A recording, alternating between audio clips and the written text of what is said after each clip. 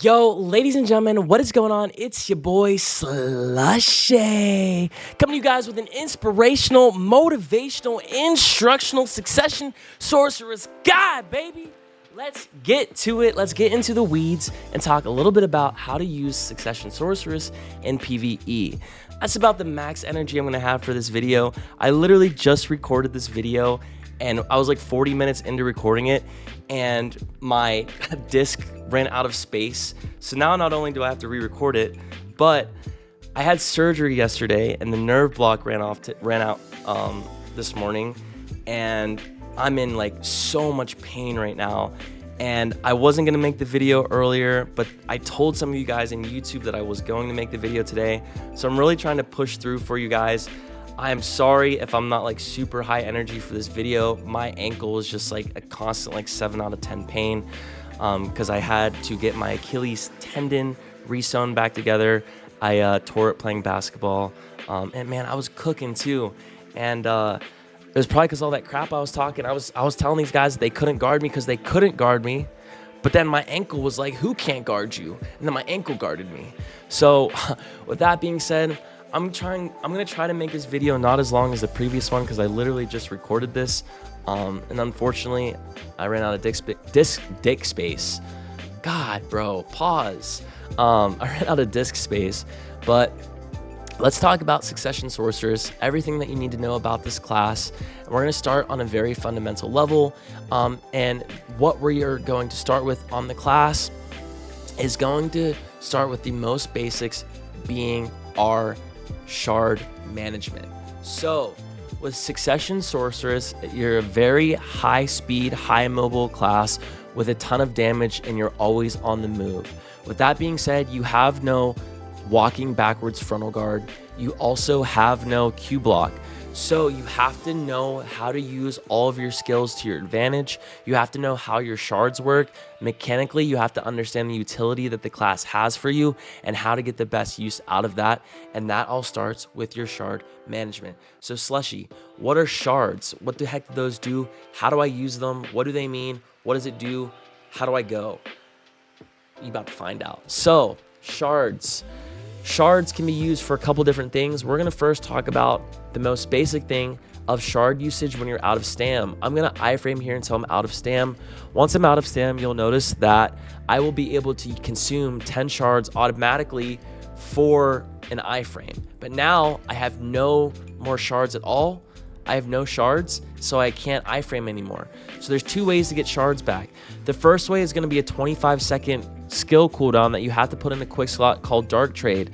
This is one of your best skills on the class because it allows you to manage your shards. If I pop that, I'm going to get 40 shards back, and now I can keep iframing until I am out of shards again, and now I need more shards. How do I get my shards back?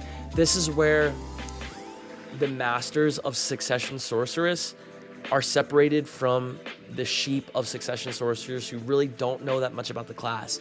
And that comes with shard management. The better you get at shard management, the better you'll be at the class. In order to get shards back, you can do so by hitting mobs. So I'm gonna go ahead and run myself completely out of stam here and shards. But then, okay, no shards, I can't move. I'm gonna hit a mob, I get shards back. I'm gonna hit a mob again, I get shards back. I'm gonna hit a mob again. Now I have max shards, I can keep iframing. Oh, I hit another something else and get more shards back. You constantly hit mobs with certain skills. Not every skill gives you shards back, but most of them do. Shadow Eruption does. I think Bloody Calamity gives you shards back. Ultimate Dark Flame takes 10 shards, so it hits harder, so that doesn't give you it. This skill, your Shadow Hellfire gives you shards back. Darkness Released, I believe, gives you shards back. Engulfing Shadow gives you shards back. Shadow Ignition gives you shards back. Let's see here.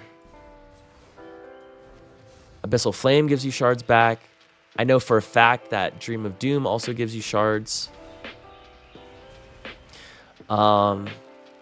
I think fully casted Dream of Doom gives you like the most amount of shards.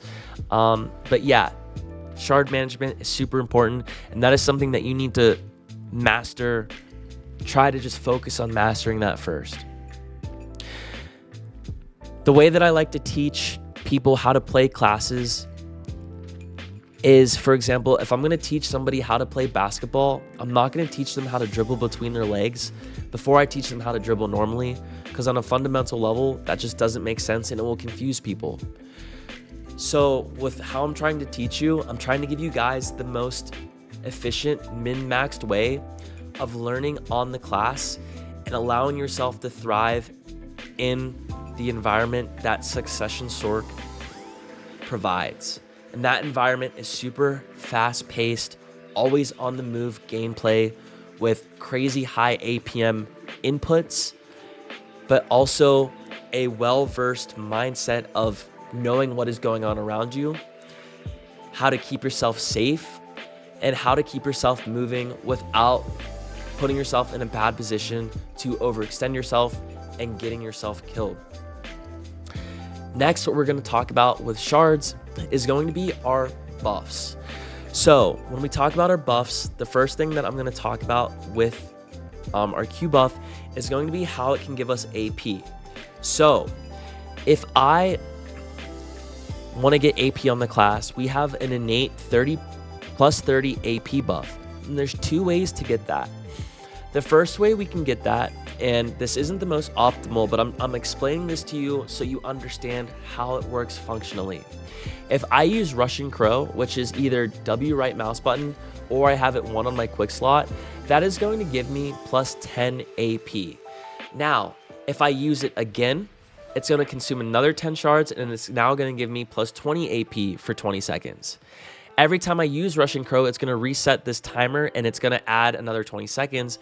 But it's also, if I use it again, this time you'll see now I get 30 AP for 20 seconds. And now if I continue to use Russian Crow after that, it will just keep resetting the timer, but it will stay at 30 AP.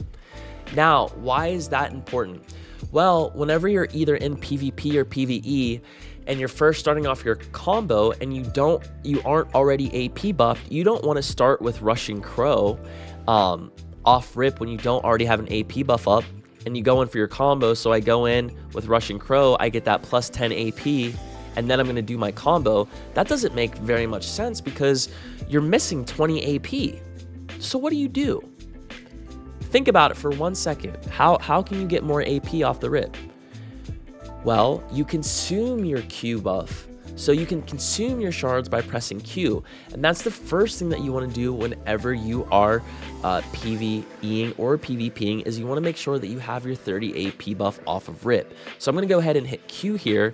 And as we can see, this is going to give me plus 30 AP. It doesn't give you plus 40, even if you have 40 shards. Max it can give you is plus 30.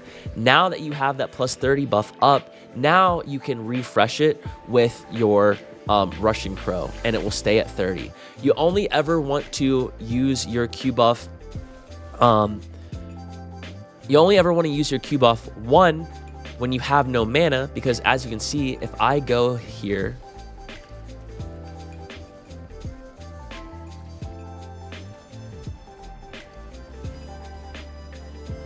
and I use my skills like this, right? So if I want to go ahead and get more mana back, all that I simply need to do here is hit Q and it will give me my mana back. So I don't ever grind with mana pots. I've never had the ultimate mana pot or the one that you can buy, because the class allows you to constantly grind shards off of hitting things when you're PvEing. So you always have basically max shards in PvE. So I always consume my Q buff when I need more mana. But also with that being said, in PvP, you want to buy potions because you don't want to rely on your Q buff to give you back your mana, because there's not always going to be people around that you can hit to get max shards all the time. This is only something that works in PvE.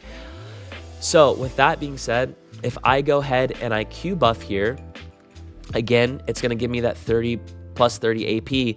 Then from there on out, throughout my whole grind, I can always just use my Russian Crow to then continue to give me back my, and I just popped Dark Trade there to get 40 shards again, but I can always use my Russian Crow to there on out keep up my plus 30 AP buff while I'm grinding. The reason why you don't always want to use your Q buff to give you yourself your 30 AP, and you could probably already guess, you're always going to be using your max amount of shards that you have if you're consuming it with Q. So you want to make sure that whenever you're using Q, it's only whenever you first start your grind to get that plus 30 buff. And then from there on out, you can keep your 30 AP buff up with Rushing Crow. Each time you use Rushing Crow, it will reset the timer and you'll get that 30 plus AP. Sweet. All right, so we talked about the fundamentals there. Next thing we're going to talk about is we're going to talk about the other innate buffs that Sorc has in it. Sorc has built-in evasion that can be used by spinning either left or right. So A and left mouse button or D and left mouse button, that will spin you and you will get plus 12 evasion.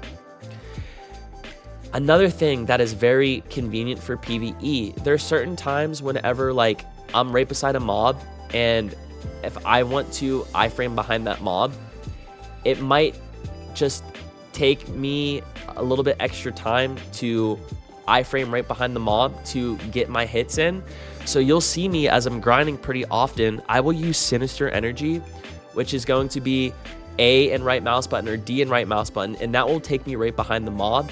It's completely unprotected, but it's just a quick movement. And you'll see me do this a lot while I'm grinding. So let's say, for example, I'm hitting this mob. It's like, shoot, he turned, so now I need to get behind him. I'll just quickly spin like that one time so I'm behind him, and then I'll go in with my back attacks. That's something that I do a ton in while I'm grinding, and also just for fun. Like if mobs, while I'm waiting for mobs to group up around me, I'll constantly be using like A and left mouse button, and like also D and right mouse button and A and right mouse button, just to like just spin around. One, because it kind of just looks cool, but it also, like, as long as the mobs aren't hitting you, it provides space between the mobs, but it's also just like fun for me to do as it allows my fingers to keep moving while the mobs are kind of grouping up. But if the mobs are going to hit me, I'm totally going to iframe it. But it's just something that I like to do, and you'll see me doing it later in the video when I'm actually grinding, to kind of just like set myself up for wherever I need to be for the fight. It's cool positioning, but that's more of like just like extra tech just to be fancy with it. It's like that's where the aura comes from, I guess. Anyways, with that being said, we talked about that. Now let's go ahead and take a look at what should we take a look at next? Let's take a look at my skill add-ons that I have for PvE and talk about why I have my skill add-ons set up the way that I do. So if we go ahead here and we take a look at my skill add-ons, the first thing that you're going to notice is critical hit rate and crit hit damage on Midnight Stinger. Now, people wonder sometimes, especially newer players, how do people know what skill add-ons to put on certain skills? Well, for me personally, it's all based on what the skill already has innately inside of it as a buff. What does that mean? For example, Midnight Stinger, if I use it, we can see that it automatically gives me critical hit rate for 10 seconds plus 40%. So I'm also having critical hit rate plus 30% for 7 seconds. So that way I have 70 critical hit rate up at all times whenever I use Midnight Stinger. But for those of you who don't know, if you have a buff that is an add-on, only the add-on buff will proc if you hit something with it. So if I just do Midnight Stinger here, it's only gonna proc the innate Midnight Stinger buff that Midnight Stinger has on it already, as we can see here, plus 40 critical hit rate for 10 seconds. But if I hit a mob with it, it will not only give me the crit rate 40% for 10 seconds, but also the critical hit rate plus 30% for 7 seconds. I also have on top of that as well is critical hit damage plus 5% for 5 seconds. That way I can capitalize on the amount of damage that I'm putting out whenever I'm starting my combo, because this is like the third skill that you use in the PVE combo. The other two skills are also buff skills, but that starts out my combo, so I have all my buffs up when I'm ready to go. Next is going to be Black Wave. Now, Black Wave is the one where you can change the down attack damage on it. So the way the down attack works is down attack damage procs whenever enemies are on the ground. Whenever you're grinding, for the most part, you're not going to have enemies on the ground. So that is why You can change out down attack damage on Black Wave. You don't have to have this if you're grinding somewhere where like the mobs don't be on the ground.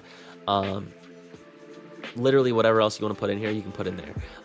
One thing that is really good to put in here for those of you who might be struggling with taking too much damage is HP on hits. You can add HP on hits for Black Wave. It's like 10 HP per hit, and I think it hits up to like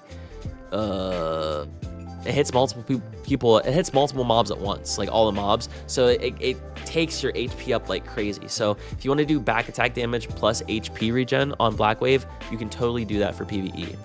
Abyssal Flame. I have critical hit rate and critical hit damage in it. Now this skill innately doesn't have any like buffs on it. But the reason why I have critical hit rate and critical hit damage on this is because I use this skill right before I use my hardest hitting skills in my combo. So Midnight Stinger, this 5 seconds of critical hit damage will last until I at least get my Abyssal Flame off to redo my critical hit rate and also redo the critical hit damage. And then after the Abyssal Flame, I go in with my Black Wave and my Tendrils and then my Violation, Double Dark Flame, Bloody Calamity, and that's all my like hardest hitting skills in my kit, and that is always getting fully buffed. So that's why I have these two buffs on my Abyssal Flame. Rushing Crow. Rushing Crow has a built-in -20 DP debuff, -20 magic DP debuff built into it. But this skill only works for one mob that you hit. So whenever you go in with this, it's only giving that DP debuff to one mob. But you always start your combo out with this skill. So that's why I have attack and casting speed on it, because it innately has a movement speed buff in it. But I also am giving the attack and casting speed. That's where I get my attack and casting speed buff from. And then the damage reduction. Next, turn back slash. I have all accuracy +20 and all evasion -20. So you might be wondering, why do I have that on there? Well, if you look at Prime turn back slash, we can see that it has all evasion -36 for 10 seconds. If I add on that additional +20, give me 1 second. Ugh, my foot is really aching. If I put on the additional +20 onto the all evasion, it's going to give me the mobs -36 evasion for, or I'm sorry, -56 evasion for 10 seconds. Plus I'm getting the extra accuracy. That's why I have my accuracy buff on that, because I'm reducing their evasion while also increasing my accuracy. Next is going to be Prime Violation. Attack and casting speed. This is my other attack and casting speed buff. You always want to make sure that you have 2 attack and casting speed buffs up, because you always want to make sure that you always at least have one of the buffs up. And then all damage reduction -20. You might be wondering, why do I have all damage reduction -20? Well, this has a built-in native innate magic damage reduction -20 on hits, so that is going to stack with this -20 damage reduction here. So as we hit the mob, we can see that it gets both damage reductions, and also Violation has a built-in bleed, so you're going to get the bleeding damage from that as well. So that's how it goes with the add-ons. Next thing we're going to take a look at really quickly, since we're going over add-ons, is we can look at buffs. Buffs is going to be simple cron meal, any drought depending on where you're grinding. So I grind Adonia, so I use the Adonia Harmony. If you're grinding like Dark Seekers, you want to use Demi-Human, and then Perfume of Courage, because you want to make sure that you have as much AP as possible. And then now we can go ahead and we can take a look at my Lightstone setup. I use all out attack, which is minus damage reduction, minus evasion, but all AP plus critical hit damage. Succ Sorc is it's very crit reliant. You need to make sure that you're always having your crit hit rate up. Even in PvE or even in PvP, you want to make sure your Midnight Stinger is always up, but you always want to make sure that you're just building around crit. And with that being said, that takes us into our crystal setup. This is my Adonia crystal setup, depending on where I'm grinding in Adonia. Now, for those of you who don't know, certain places that you grind, mobs can either knock you down, push you back, or stun, stiff, and freeze you.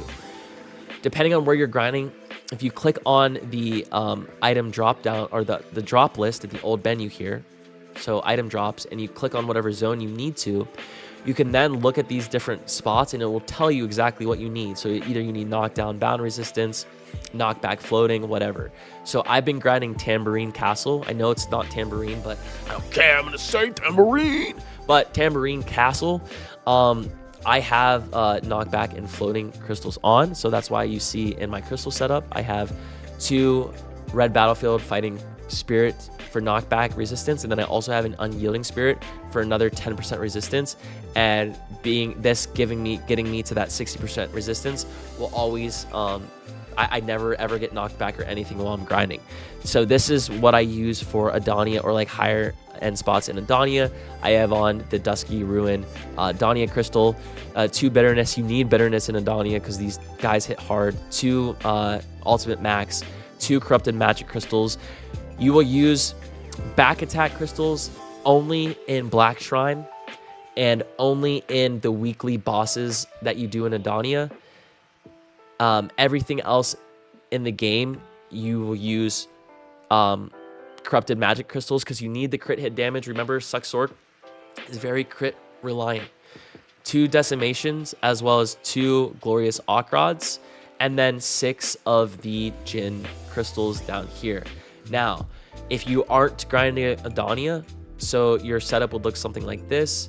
You would want to have on 2 of these void destruction crystals. I only have 1 because I broke one, but you get these from, I believe, the Orbita spot. I think that's what it's called. If we go here to item drop zone, and then we go to we type in void here, or Zekia, that's what it is, or Zekia, not Orbita. Orbita is the Adonia one. Or Zekia is in the dungeon. This is where you can get these Gem of Voids, and these give you the crystal Void of Destruction. So you want to make sure that you have 2 of those on if you're not in Adonia, if you're like grinding somewhere. So you want 2 of those on. Then once you have 2 of those on, you want 2 Rebellious. You will also have room for like 1 Crystal Stalwart of Fortitude or like Crystal of Dog Patience. It doesn't matter, either one. They both give you 5 AP. But normally you would have 2 Void of Destructions with 1 of these. But since I only have 1 Void of Destruction crystal, I'll just throw on 2 of the Dog Patience. And then instead of these bitterness, you're going to throw in 2 more max. Now I broke my other ultimate max, so these should be 4 ultimate max, 2 Ock rods, 2 decimations, 2 void destruction crystals, 1 dogged patience or 1 stalwart, either or, guaranteer, 2 corrupteds, 2 rebellious, 2 glorious Ockrids, and all your Jinn crystals. I'm not going to save this, but yeah, that is what you want as far as your crystal setup. And that basically goes over all of that. You want to make sure that you have your Vel's Heart on, obviously, and then you want to make sure that you have on your tent buff for your villa, as well as the 2 church buffs that you can get inside of your tent, being the AP buff, which is going to give you +8 AP and +8 accuracy, and +8 damage reduction and 150 HP for your skills. So that basically covers the buffs and everything like that you're going to need. We talked about skill add-ons. So now let's talk about what skills you want to have inside of your quick slots. So you want to have inside of your quick slots, I put Rushing Crow in my quick slot. That's like the only skill that I use that is like a skill that I use off of my quick slot. Everything else is kind of just utility that I have in my quick slots. I have Shadow Hellfire in my quick slot because you have to use it. Well, you don't have to use it off your quick slot, but it's the only way to use it because there's no like button input unless you cancel it off of like what it says there, Dream of Doom or Midnight Singer. But I don't use this in my combo. It's more of just like filler skill, or it's a skill that I'll use while I'm waiting for other stuff to come to come up. Dark Trade, that is a skill I talked about earlier that gives you shards back. That has to be on your bar. Shard Explosion. Shard Explosion is a really useful skill. If you have 40 shards, it does 15,180 damage times 4 of the darkness used. So if you use 40 shards, and then critical hit rate plus 100%, maximum 10 targets, and recover 150 mana per shard. So I'll throw that in like normally when I'm grinding, and the way that I do that is it's normally off of my Abyssal Flame that I use after my Crow Flare. It's Crow Flare, Beat Kick, Turn Back / Abyssal Flame. then I normally do like my, I'll throw out my Dream of Doom, and then I'll also go in with my Shard Explosion. So it's like this. Like that. But that's just like filler. You don't need to always throw this in your combo, but I do, just because it's every extra skill that you throw in your combo is going to be extra damage, but you can only use it once every 30 seconds. But it's a nice like bomb that you can throw in the group. So with that being said, we talked about the other skills here. I have Tendrils on my hotbar. This has been on my hotbar ever since it came out on Awakening Sorc, because if you had it on your hotbar, if you use it on your hotbar, it would immediately take you out of your Awaken stance into pre-Awaken, which is a really nice tip for you Awaken Sorcs out there. And then your E buff. If there's no E buff, like you can't just press E, because E is Crow Flare, so you need to make sure that you have your E buff on your quick slot bar. Other than that, that's everything that you need to know as far as like what skills you have on your skill cooldown slots, or your quick slots. Skill cooldown slots, if you want to copy what I have, I will show you here. Crow Flare on 1, Shadow Eruption on 2, Darkness Released on 3, Abyssal Flame on 4, Shadow Ignition on 5, Engulfing Shadow on 6, Imminent Doom on 7, Dark Flame on 8, Black Wave on 9, Ultimate Dark Flame on 10, Bloody Calamity on 11, Midnight Stinger on 12, Claws of Darkness on 13, Prime Dream of Doom on 14, Prime Turnback Slash on 15, and Prime Violation on 16. And then I basically have my, if you want to take a look at or take a screenshot of the screen here, this is how I have all my skills set up. So 1, 2, 3, 4, and so on. You can take a screenshot of that, and then over here, and that's basically how I set up my skills, or my UI for my PvE, and also for my PvP, it's the same UI layout. Now let's talk about cancels. So there's a few things on this class that you can cancel. First thing we're going to talk about is how you can cancel your Bloody Calamity. So Bloody Calamity can be used by iframing and then hitting spacebar. So iframe, spacebar, the first hit, and then you left click after the spacebar to throw it out, and it's basically 2 hits. You can use Bloody Calamity off of a couple other things. You can use it off of your Rushing Crow, so I can go Rushing Crow and then spacebar, and then left mouse button to throw it. I can do Bloody Calamity off of Crow Flare, so I could go like this, Crow Flare, spacebar, it would do my Bloody Calamity, and then I could throw it. I can do it off of Midnight Stinger, so that's shift left mouse button, so like this, spacebar, excuse me, I could throw it. I can do it off of Violation, so I can Violation, spacebar. I can double Dark Flame, spacebar. So a lot of times in my combo, I'll do Violation, double Dark Flame into spacebar. So Violation, double Dark Flame into Bloody Calamity, and then I'll throw it. What else?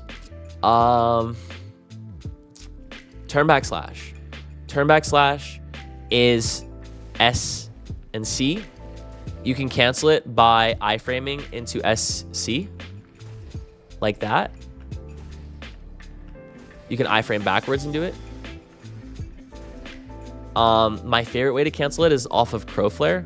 So just Crow Flare immediately into Turnback Slash, and it will give you the animation canceled version of it, and that's how I'm going to teach you about it in the combo. Iframing as well. For those of you who are newer to the class and you want to be able to iframe, you want to make sure that you have your iframe set up.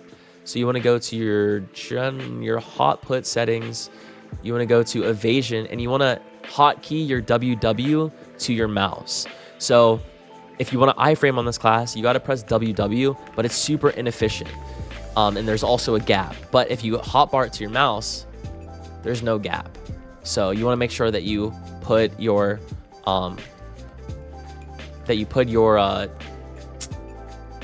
evasion on your WW in the hotbar. What else?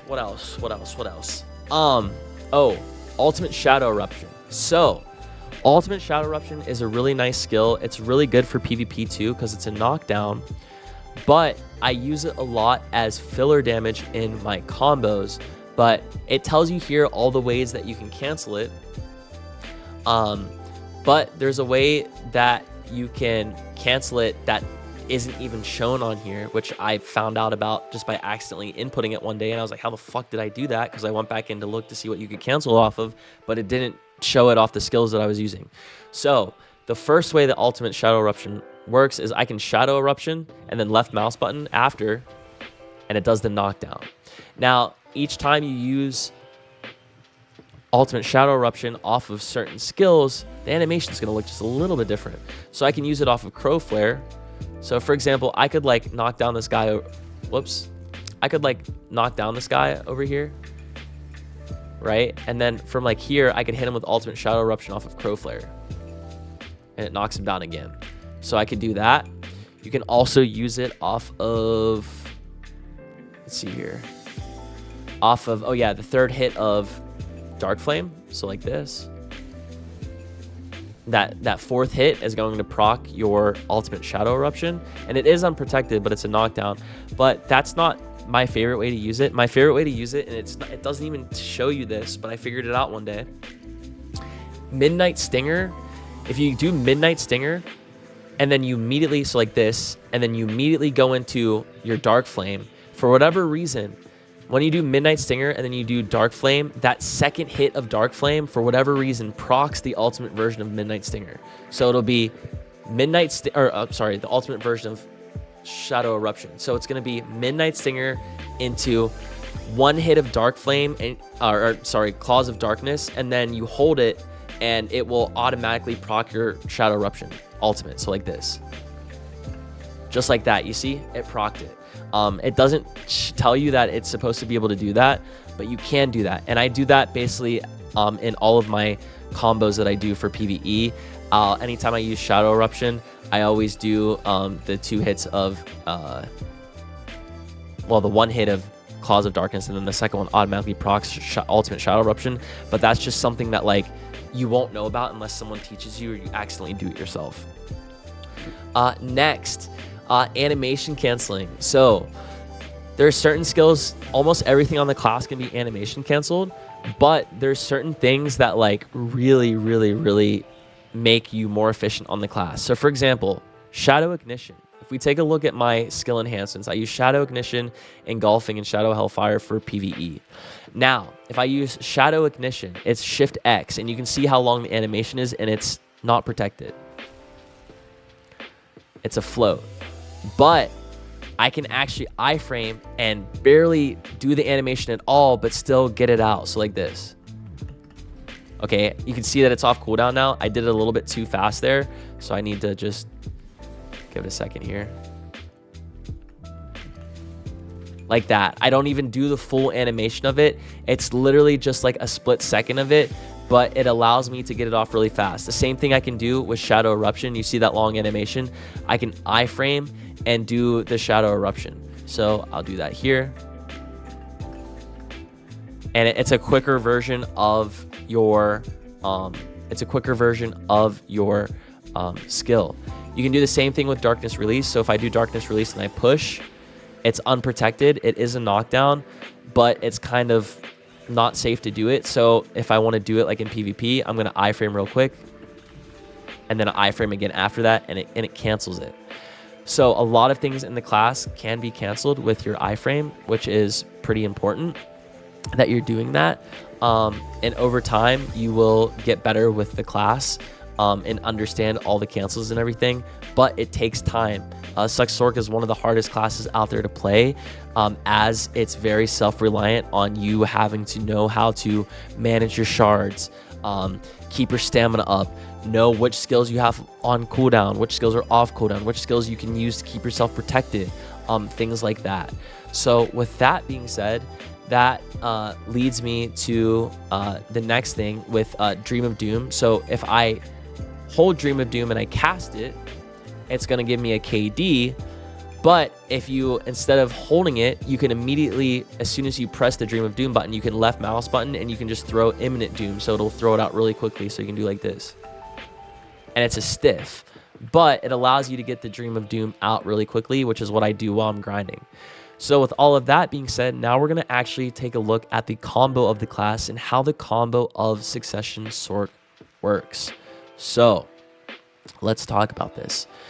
The first thing that we're going to do, and I'm going to break this down by explaining you why we're doing these skills first. The first 3 skills that we're going to do is we're going to do Rushing Crow, and that is going to give us not only the DP debuff. Remember, it's only on one thing, but we're really doing it for the attack and casting speed as well as movement speed, but it also flows into our next 2 skills really well. So the next skill that you do after Rushing Crow, if you can take a guess real quick, 1 second.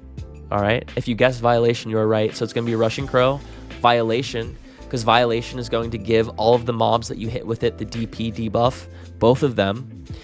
And then we're going to go into our Midnight Stinger, because that is going to give us both of them together, 70% critical hit rate from the add-on and the innate add-on that's already in the skill, and then the crit hit damage that I have inside of Midnight Stinger that I put there. So it's going to be Rushing Crow, Violation, Midnight Stinger. Then I immediately do 2 hits of Claws of Darkness. Remember, doing 2 hits of Claws of Darkness off of your Midnight Stinger will automatically proc Shadow Eruption. So all together, those skills just like that will look like this. So boom. Okay, that's the start of the combo. Now we're going to do that one more time. So again, Rushing Crow, Violation, Midnight Stinger, hold Claws of Darkness skill. It will do the first hit, then it will go into Ultimate Shadow Eruption for the knockdown. Once you've done that, you want to make sure that you are then going into your next set of skills. The next set of skills is going to be Shadow Eruption, Darkness Released, Engulfing Shadow, Shadow Ignition. So all of that together slow is going to be Rushing Crow, Violation, Midnight Stinger, Midnight Stinger, Claws of Darkness into Ultimate Shadow Eruption, then Shadow Eruption, Darkness Release, Engulfing Shadow, Shadow Ignition. That's like a bunch of skills already. Now, after we get all of that out, now it comes to give us our next set of big buffs before our hardest hitting skills. There's a reason why earlier, remember I told you that we are re-upping the critical hit rate and critical hit damage on our Abyssal Flame before we go into our hardest hitting skills, which is going to be Dark Wave or Black Wave, Tendrils, and then we're going to do a Violation into 2 hits of Dark Flame and then Bloody Calamity. So the end of that combo, after you end with that Shadow Ignition, is going to be Crow Flare. And then you want to make sure that you use Beat Kick. So Beat Kick is part of Crow Flare, but you have to hit F or right mouse button. I normally hit right mouse button during Crow Flare. So if you see I just do Crow Flare, there's no kick. But if I hit right mouse button, I do like a spinning back kick with it.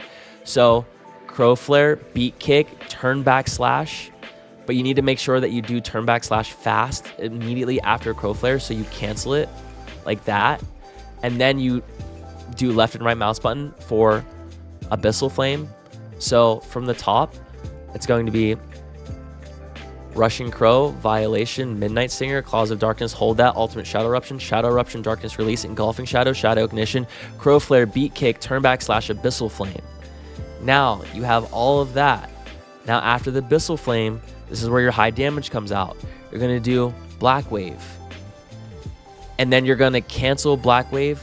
At the last hit of Black Wave, you're then going to cancel Dark Tendrils, because Dark Tendrils cancels and it has a shorter animation. So this is the full animation, but you can cancel Tendrils off of Black Wave to only do the last hit of Tendrils, which makes it a lot faster. So Black Wave and then SE, and you'll do the pool of Dark Tendrils. Then by the time you do that, your Violation should be back up. So then you go into Violation again, 2 hits of Dark Flame. Now, Dark Flame input is S and left mouse button, but there's certain skills that allow you to on Sorc that allow you to not have to press the full input. So if I want to use Dark Flame off of Violation, I don't have to press S and left mouse button. I can just hold left mouse button after Violation. So Violation, hold left mouse button, you do 2 hits of your Dark Flame. After that second Dark Flame hits, then you're going to go into your Bloody Calamity. So the end of that, we'll start with Black Wave. So Black Wave, Tendrils, Violation, 2 hits of Dark Flame, spacebar for Bloody Calamity, and then throw it out. And then that's the end of the combo. How do you think we get back into the combo? Which is why we start with this skill, because we get pushed away. Rushing Crow. So I'm going to do it fast, and I'm going to fully buff here so you can see what it looks like at full speed.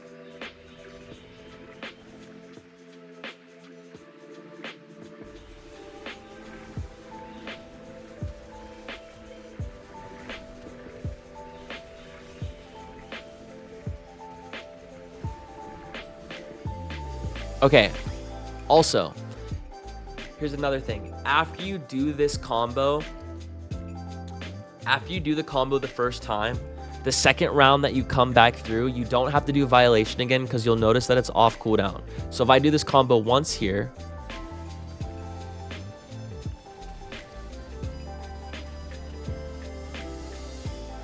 okay, now it's back up. So sometimes it'll be up, sometimes it won't. Okay, no, it wasn't up. Okay, so Violation, 2 hits of Dark Flame, Bloody Calamity. Now I'm restarting the combo. So this time I just go in with Bloody Calamity, Midnight Stinger, and then I go in with like these skills, and I won't have to use Violation again until later on in the combo when I get back to the Dark Flame part, because it will be on cooldown. So again, I'll do a couple rotations of it, just so you see. I'll buff up here just so I have the extra casting speed or whatever.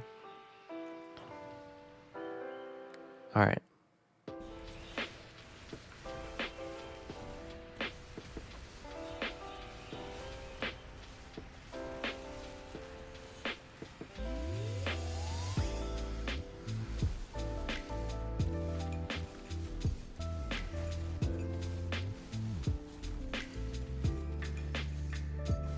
Okay, also, there's going to be certain times when, like, for example, I didn't have Bloody Calamity there at the end because it's only on a 15-second cooldown and you do your combo faster than 15 seconds. So sometimes you're going to be waiting for certain skills to come up.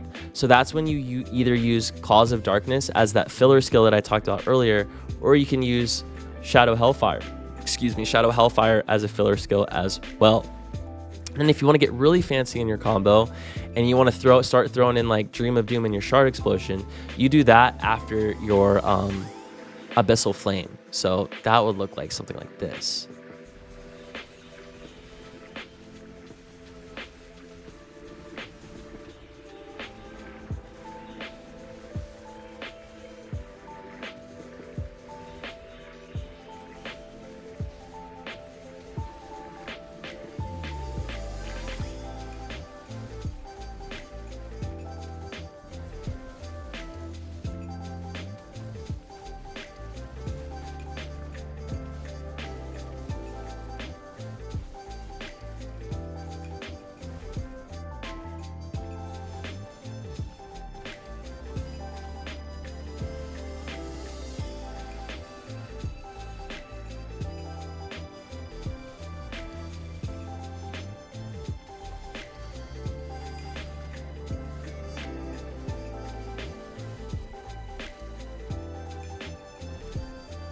Got it? So I will put that combo in. I will try to either put it on the screen. I will definitely put it in the description down below so you have the combo. Also, you might have noticed while I was doing the combo, I'm like iframing to get behind the mobs. Succession Sorceress is one of the classes that allows you to grind spots where you shouldn't be grinding because you don't meet the DP caps yet, but because you can iframe so much, and also because of most of the skills on the class are frontal guard, you're going to be able to take advantage of a lot of mechanics in the fight and not have to worry about getting hit too much with certain abilities because you have the iframes to iframe yourself around. Also, there's going to be certain spots, like I'm about to go grind right now, where you'll see like I'm doing combos to the mobs, and I'm constantly iframing like behind them before I do like the next part of the combo, just because I want to make sure that I'm hitting their back, but also they hit so hard that I want to make sure that I'm always iframing around, so I'm in like not always getting super focused by these mobs. With that being said, that's basically everything that you need to know for Succession Sorc on like a base level for PvE. Now what we're gonna do is I'm gonna go grind Tambourine for a little bit, and let's take a look at Tambourine spot.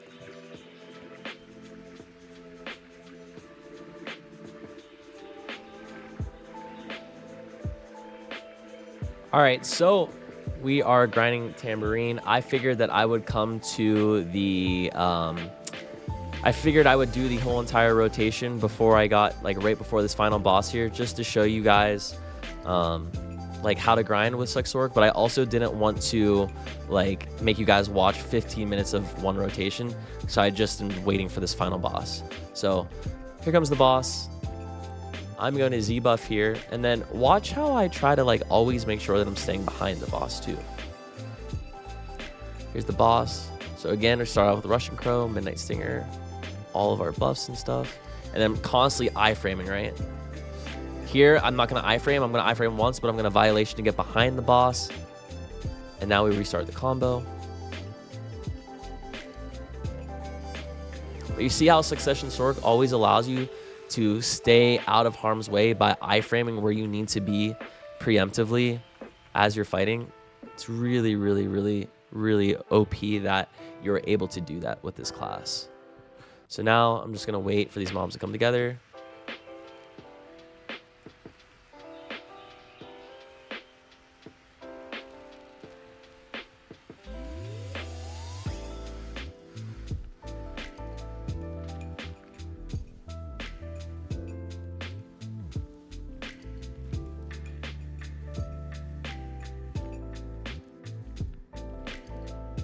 Okay.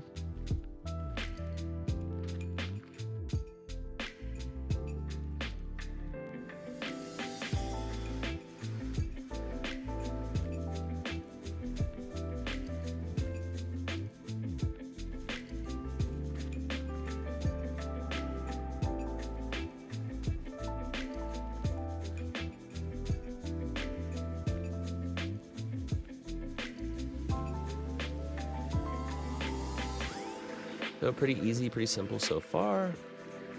Just gonna keep doing the same thing.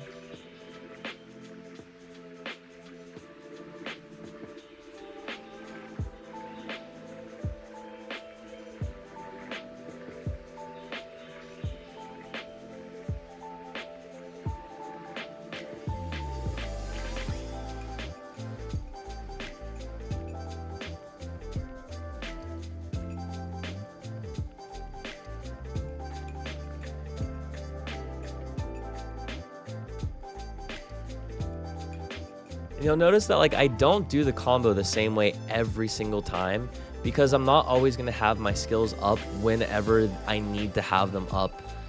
So a lot of times I'm just kind of like filling in with filler shit, and you'll learn how to do that more as you play the class more and more. But just try for the most part to make sure that you have all of your main buffs up. So like your Midnight Singer buff, your Violation, you want to make sure that you're always having those up and everything.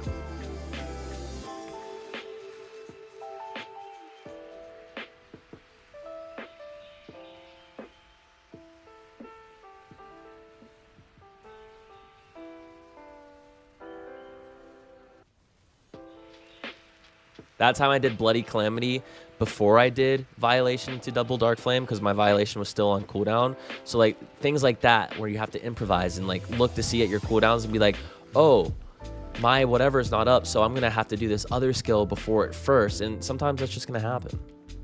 It's not always gonna be perfect every single time that you go through to kill these mobs.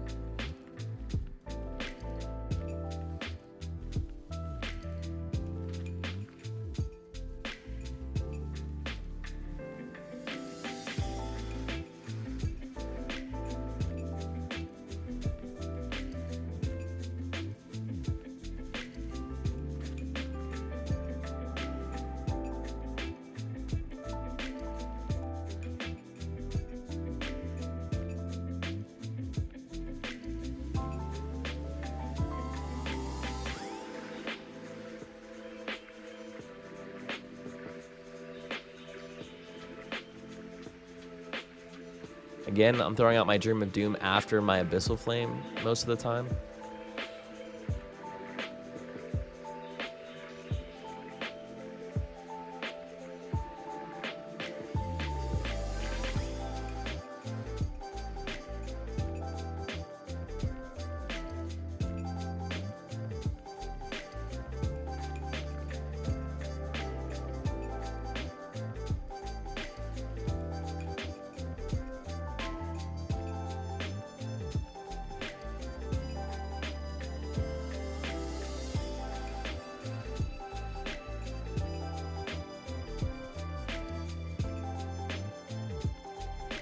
Alright, and then it should be one more wave and then the final boss, and then should be good to go here.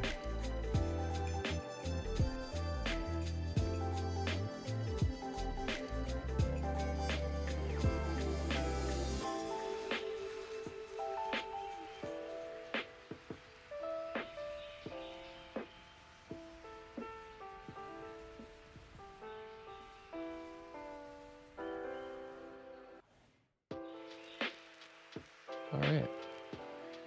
Let's kill this mofo.